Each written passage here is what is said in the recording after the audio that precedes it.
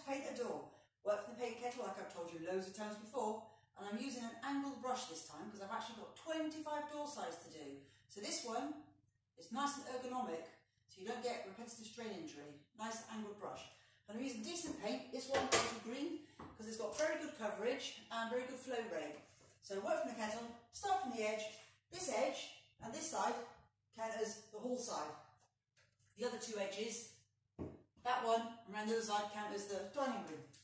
So start with the edge and slap it on to get it on nice and fast, because the aim is to keep your paint live, which means wet. That way you can work it into itself and lay it off nicely. I'm just getting rid of that overlap around the front, and then carry on. It doesn't matter that I'm making a mess on the front, because I'll come back to that and get rid of it. Okay. Oh, work nice and fast, because you want to keep your paint live, as in wet. Oh, so it doesn't go all chewy. Right, okay. Next bit. Do your mouldings. This isn't a really good moulded door, like a panel door, because someone's put on these little covers on all the mouldings, but it's kind of like a panel door. So you start with the fiddly bits, the mouldings. Okay, get it on nice and fast. Okay, and you always start with the fiddly bits, as in the mouldings, not the flat bits, because you'll overlap and make a mess on the flat bits, which you can then get rid of in a minute. Okay, fill in the panel, nice and fast. I'm just slapping it on to get it on quickly, to keep it live, nice and wet. So although I'm slapping it on quickly, it's still quite even coverage, just looks a bit messy. And then I can lay it off. Woo! Laying off means get rid of the brush marks. Oh yeah, and you go in the direction of the grain. And then it looks beautiful. Oh, get rid of all your brush marks. Nice. These are quite light strokes actually. That way I don't get big lines of my paint. Okay, now I've got metal on the top of there. Get rid of that.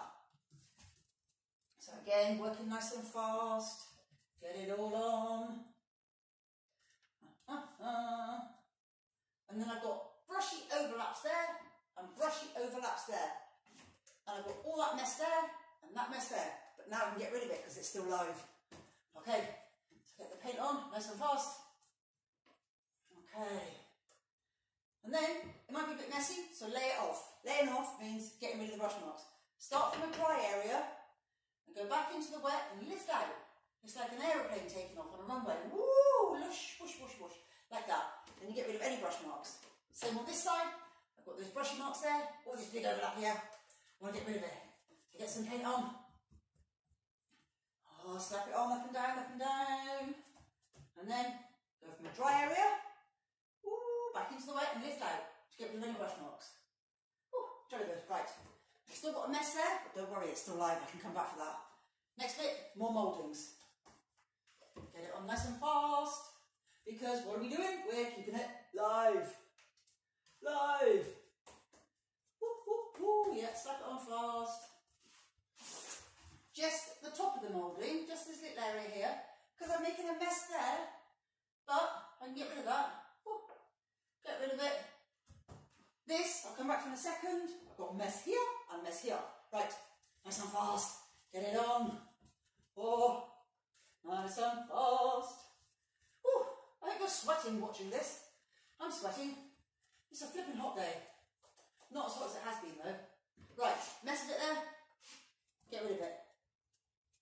And then, what do we do to lay off? You go from a dry area back into the wet. And then you just go over the messy bit. Woo, lift out. Woo, lift out. You don't have to go all the way to the top. But if you started from here, the wet area, you just come all the way down.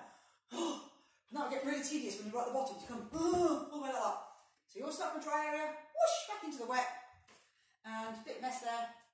Watch out when you go over keyholes. You don't drag loads of paint in there because it will dribble out and you get a drip. We don't want drips. Okay, right. Okay, so dry area, woo, back into the wet and lift out. Just on the messy bit. Okay, this is still live because I'm working fast. Back to the moulding. I like to be at eye level, which is why I dropped to my knees. Should be wearing knee pads really. Whew, got housemaid's knee after all these years. Okay, so I'm doing the fiddly bits, the mouldings, the edgy bits, and I'm overlapping onto the flat bits, and then I'll sort that out in a minute.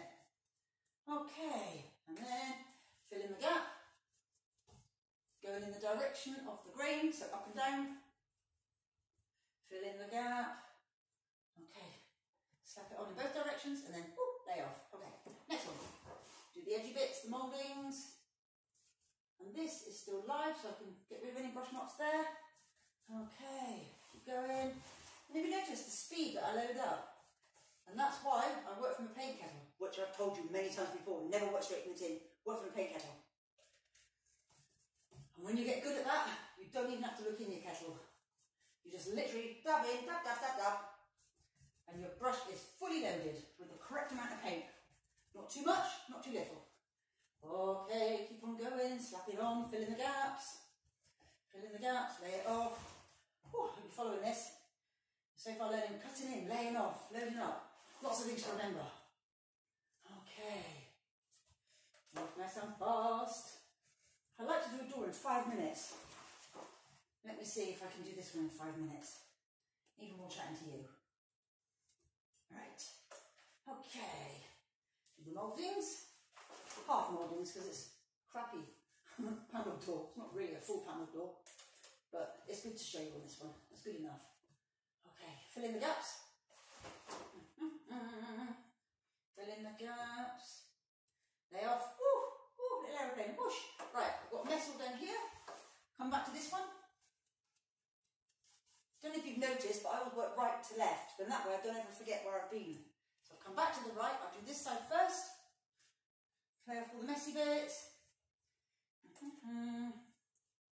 Okay, only go as far as there, because I will do the bottom in a minute, but I want to get rid of that mess while it's still live.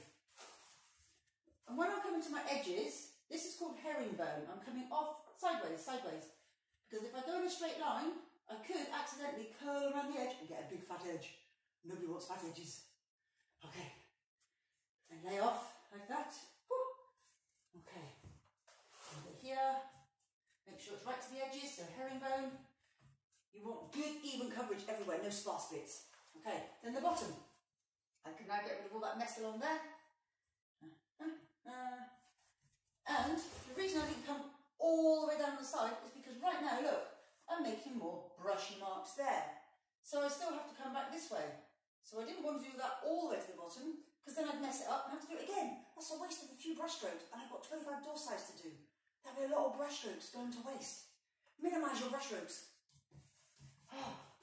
It saves on your body, and your body is your tool, and it has to last the whole working career. Use it wisely. Okay. Look at this. Then last bit. Okay, make sure there's lots to the edge and it's all nice. And this is looking good. Oh yeah. Banging. How long did that take, do you reckon? 5 minutes or more? Bye.